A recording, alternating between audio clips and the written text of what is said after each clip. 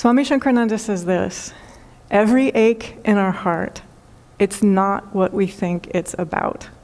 It's not about anyone else. And so to just love ourselves so much that whatever the ache in our heart is, and so this could be in relation to something that we experienced in a relationship, it could be going back to childhood, it could be something we experienced as an adult, it could be something we experienced looking out on the world. Every ache in our heart, it's not what we think about. It's not about anyone else. And so if you can turn within to yourself, and the basic question is, how may I give myself love and understanding? That's the basic question always.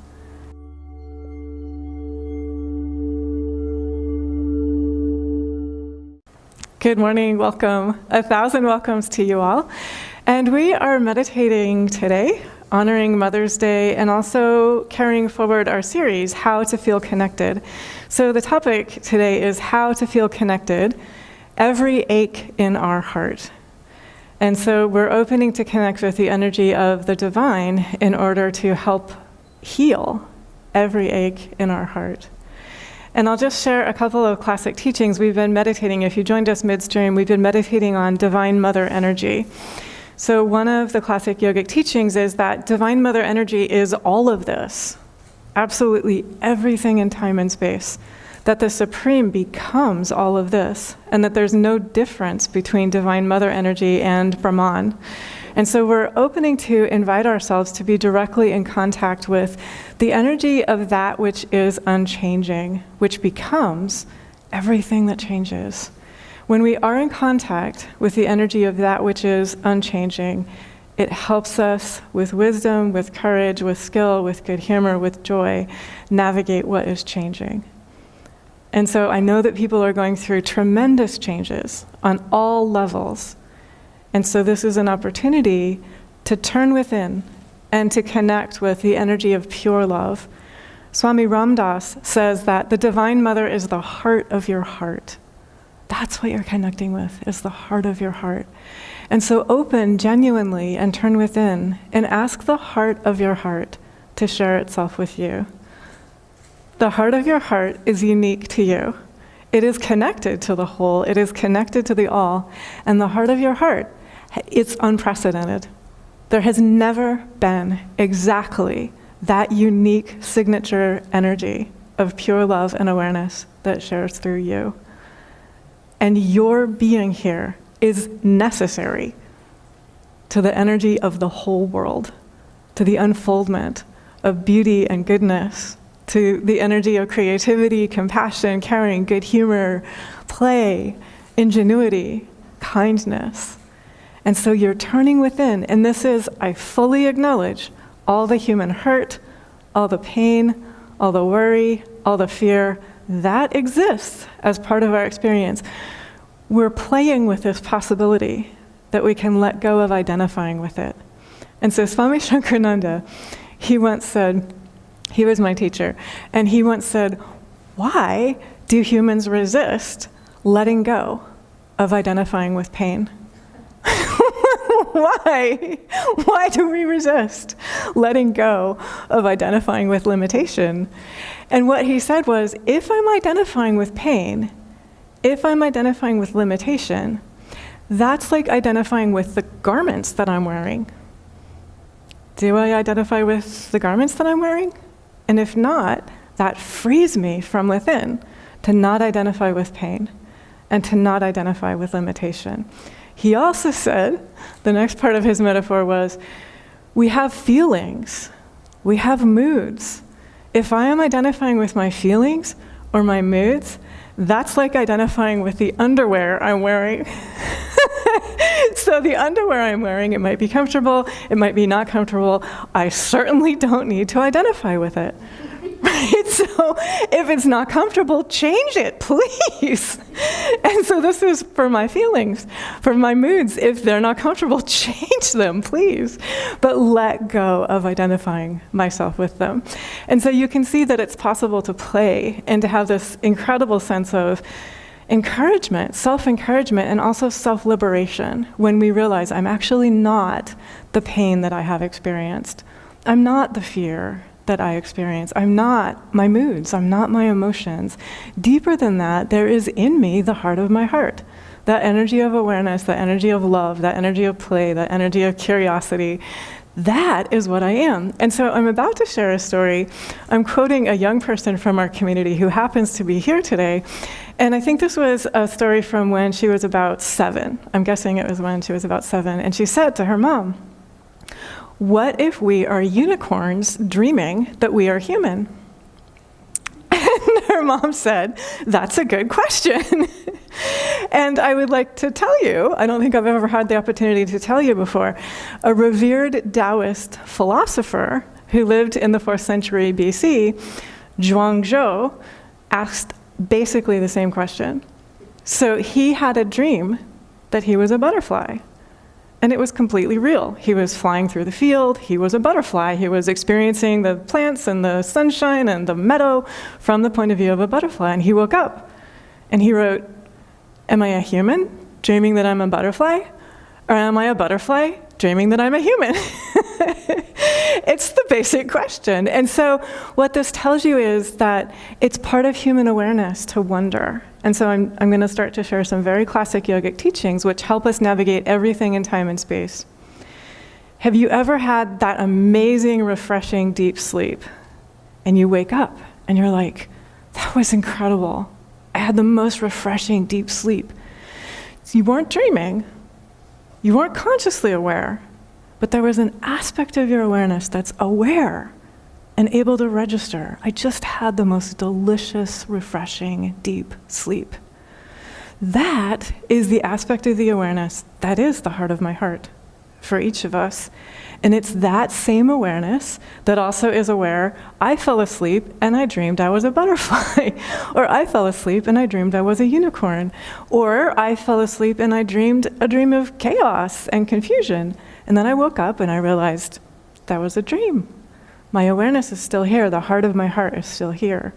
And yogis actually say that our waking state awareness, what humans call waking, ordinary consciousness, is also, if we go deeper than our thoughts and our opinions, that pure, clear awareness is with us. That is with us always. Welcome. I'm Swami Nityananda.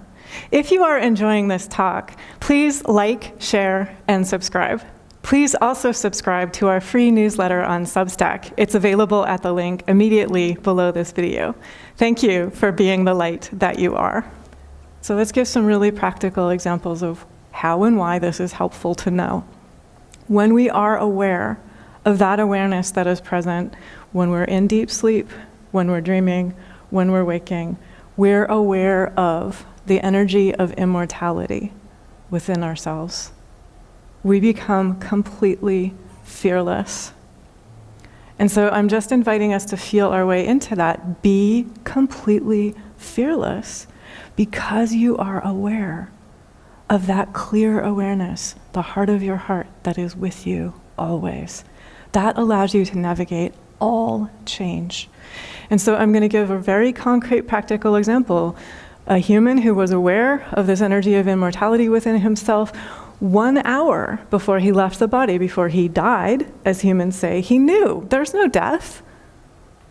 There's no death. And what Swami Shankarananda says was, when you realize there's no death, that's when you're really alive.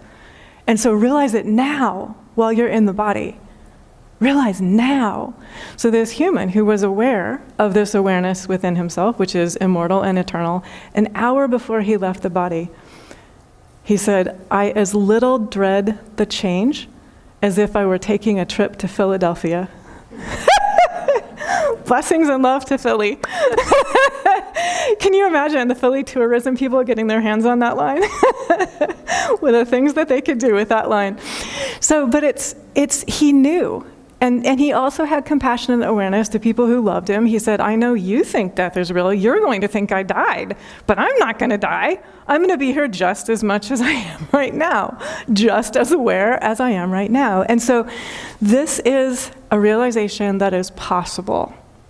He lived in Maine, by the way. So he was comparing that journey as like the one traveling from Maine to Philly. So for each of us to as little fear anything in time and space as we fear a journey to Philly. Hopefully no one here has nightmares about traveling to Philly.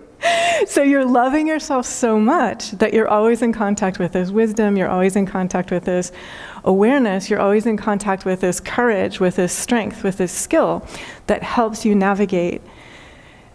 The basic reality is this: no human can destroy that which is. So just let that sink in for a moment. What is there to fear then? And also, no system can destroy that which is. What is there to fear then? No way of thinking can destroy that which is. No way of behavior can destroy that which is. Be in continual contact with that which is, and you will be able to live in joy and in abundance and in an inner feeling of clarity and security and awareness always, no matter what is happening in time and space. So this is what the Buddha means when he says, see clearly, be aware, be attentive. And if you have questions about how do I do that, ask the divine within you. Help me to see clearly. Help me to be attentive. Help me to be aware. Jesus shares the same teaching. He says, don't worry about anyone else's vision. Clear your own vision. Take the beam out of your own eye so that you see clearly. Don't even bother thinking about anyone else's vision. The Bhagavad Gita says the same thing. So the Bhagavad Gita says, if you see clearly, you will remain undisturbed always. And so if you've been experiencing any feeling of being disturbed, that's just a reminder to go back to your meditation and ask your inner awareness to help you see clearly, so that there then is no disturbance. And what happens when we see clearly is, the Bhagavad Gita talks us through this process that we go through. You have awareness that some people are activated by ego, but there's no hatred in you in relation to their being activated by ego. You just have clarity. And so when you have clarity, then you're not threatened by what other people are doing in relation to the choices that they are making. And so that puts you in the energy of joy and freedom always. It puts you in the energy of the heart of your heart always. It puts you in the energy of the Divine Mother always. So I'm going to start to share a couple of more scriptures. Swami Shankarananda says this: every ache in our heart, it's not what we think it's about. It's not about anyone else. And so to just love ourselves so much that whatever the ache in our heart is, and so this could be in relation to something that we experienced in a relationship, it could be going back to childhood, it could be something we experienced as an adult, it could be something we experienced looking out on the world. Every ache in our heart, it's not what we think about. It's not about anyone else. And so if you can turn within to yourself, and the basic question is, how may I give myself love and understanding? That's the basic question always. How may I give myself love and understanding? So if you were blessed with that kind of a mother, that kind of a parent or grandmother, you received love and understanding through your mother, through your grandmother, through your aunt, through your neighbor, through your teacher, if it wasn't through a family member. If you did not receive love and understanding, you are now free, completely liberated and empowered.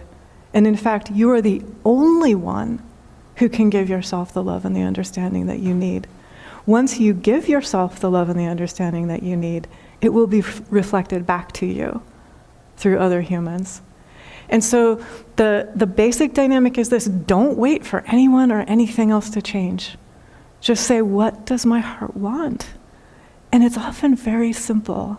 It's the heart wants you to hold it. The heart wants you to say, it's okay, I love you, I care for you, I'm here for you. I'm with you. I respect you. I honor the human experience that you had. It was an experience. It's like garments that you're wearing. You don't need to identify with it. You don't need to identify with what the human feelings are. That's like underwear. Change it if it's not comfortable, please. And so you give yourself this freedom, this ability to liberate yourself and to heal yourself from within. And so this is something actual humans are capable of doing. Someone said to me, I finally forgave my ex and I lost 10 pounds. I'm not commenting on anyone's weight. I want to be really clear about that, including that person. I'm not commenting on anyone's weight. But there's a feeling of lightness if you let go of the pain that you've been carrying and you think the pain is in relation to another human. This teaching is telling you it's actually in relation to myself. It's forgiving myself for having allowed myself to identify with the hurt that I seem to experience through this other being. It's forgiving myself for identifying with the garment, forgiving myself for identifying with the underclothing. And so you're giving yourself love and understanding. And then once you give yourself love and understanding will flow to you. It will flow to you in pure natural ways, like the strangers on the bus will respond to you in a different way when you're giving yourself love and understanding. The squirrels in the trees will respond to you in a different way if you're giving yourself love and understanding. Of course your family members will, insofar as they are capable of that. And so it's fine. They're in their energy patterns. Don't ask anyone else to change. Just continually, consistently give yourself love and understanding. And in this way, you liberate yourself. You lighten yourself. You free yourself. And then what you're asking is, you also, I'm trying to think of how to say this helpfully. If there was an energy pattern, I'm going to use that woman as an example. If there was an energy pattern in relation to the hurt she experienced with her ex, and she forgives him, she is now free to create something different. If non-forgiveness is not there, and she's still kind of like struggling and fighting and wrestling, and there's blame involved, and there's resentment, and there's judgment involved, and there's but why, but feel how that feels in your body. That's what's going to be created in the next relationship. And so for yourself, do this right now, please. Anywhere there's an ache in your heart, turn within and ask yourself, I'm open to seeing clearly. I'm open to being attentive. I'm open to being aware. I'm open to transforming my patterns of thinking, my patterns of speaking, my patterns of behavior. Help me to see clearly. And one of the ways to notice if there is still room for you to bring love and understanding to yourself is if there's an emotional charge. So if there's anything other than a feeling of, okay, that happened, and there's like a neutrality, if there's anything other than a neutrality, then there's still room to give yourself deeper love and deeper understanding. And so for a lot of humans, this is a process that you live into. It is a process that's often referred to as forgiveness. But I think it's maybe even simpler if you just say, I'm giving myself love and understanding. The forgiveness arises naturally because what happens is your consciousness changes. Your energy changes. You no longer become the same person that experienced that hurt. And so then you're just like, I'm not there anymore. So forgiveness kind of takes care of itself. Whereas if you tell someone, you've got to forgive, they're like, how? But if you say, just give yourself love and understanding, what does your heart need? Please, give your heart that. In kindness, in caring, be a good friend to yourself. Be a good companion to yourself. Be a good partner to yourself. If you didn't receive that loving parenting, love yourself with a perfect parent's love. Love yourself with the perfect love that you need. And then what happens is that perfect love is able to share through you. That perfect love is able to flow through us. And when we're in that energy of perfect love, we're in the energy of the divine. We're in the energy of being at peace with ourselves. We're not able to be at peace within ourselves if we're struggling or fighting or having a feeling of enmity toward anyone or anything. And so just notice, do I have a feeling of struggling or fighting or enmity in relation to anything or anyone? And then the basic question is, how can I make peace with myself? What can I heal within myself? Let's go back. This is a teaching from the Bhagavad Gita that I already shared, but I want to help you feel it in your body and your energy field. The Bhagavad Gita says, of course, you will still have awareness if there are humans who are creating in the energy of ego. But don't let yourself have aversion, and don't let the energy of hatred be in your energy field. Don't let the energy of attachment or anger be in your energy field.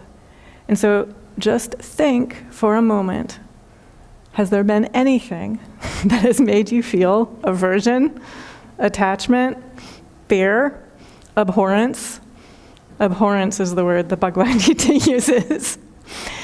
Now just practice self-study, please.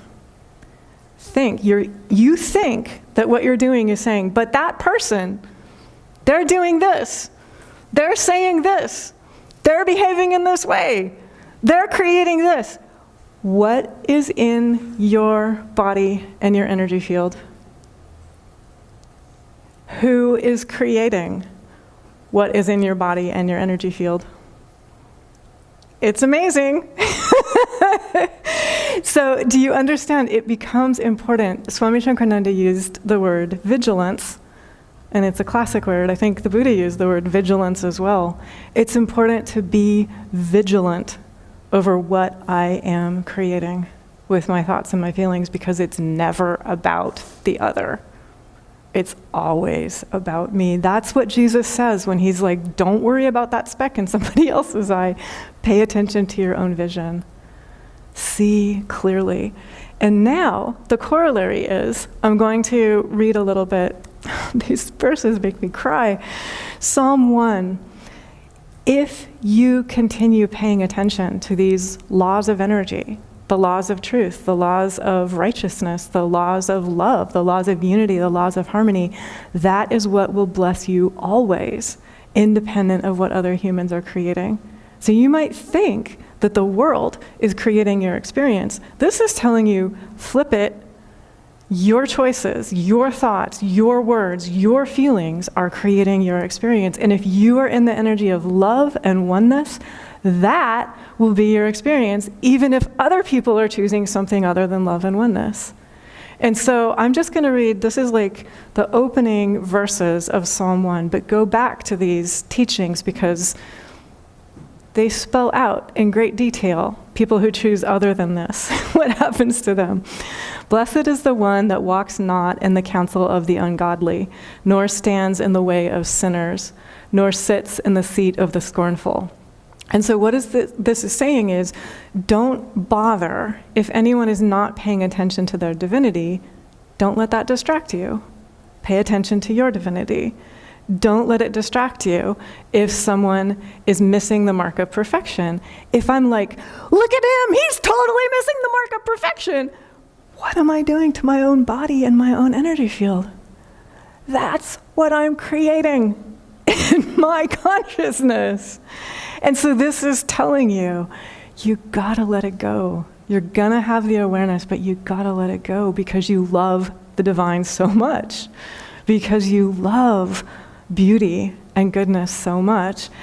If you see people who are being scornful, that's their choice. It's their freedom. Don't choose that. And then what happens is you free yourself. Delight in the law of the Lord, and in this law meditate day and night.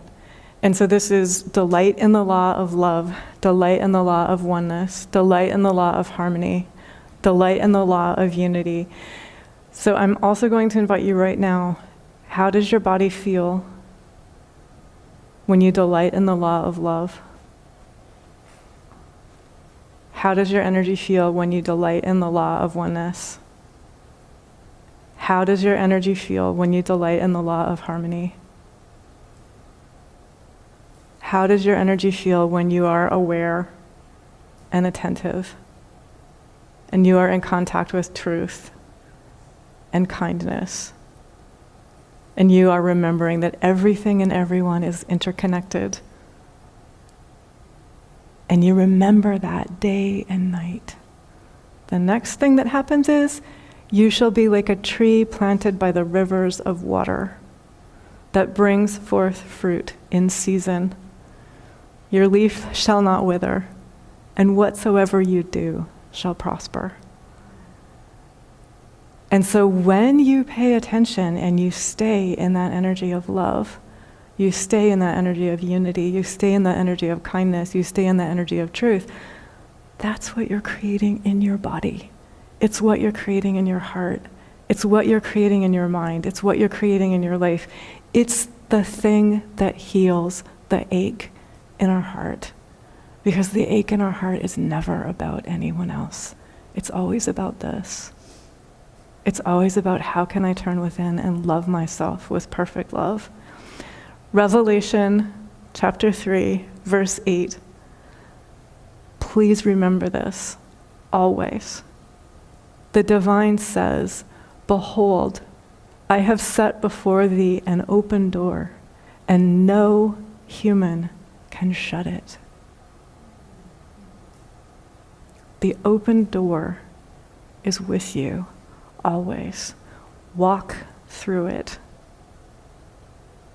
And then help everyone you meet know that every human on the planet is equally loved, is equally cherished, is equally an incredible, beautiful, pure-hearted expression of the same divine source energy, and is also invited equally to remember the divine, to remember perfection, to remember truth and kindness and harmony and respect, to delight in the laws of love, to delight in the laws of oneness and unity and truth and harmony, to meditate, to remember this day and night, and then to let yourself flourish like a tree planted by the rivers of water. This tells you it's not anything in time and space that brings abundance to you. It is living in this pure divine energy that brings abundance to you. And what happens then is you bring forth fruit in season. Your leaf shall not wither, and whatsoever you do shall prosper. Thank God, and God bless us all.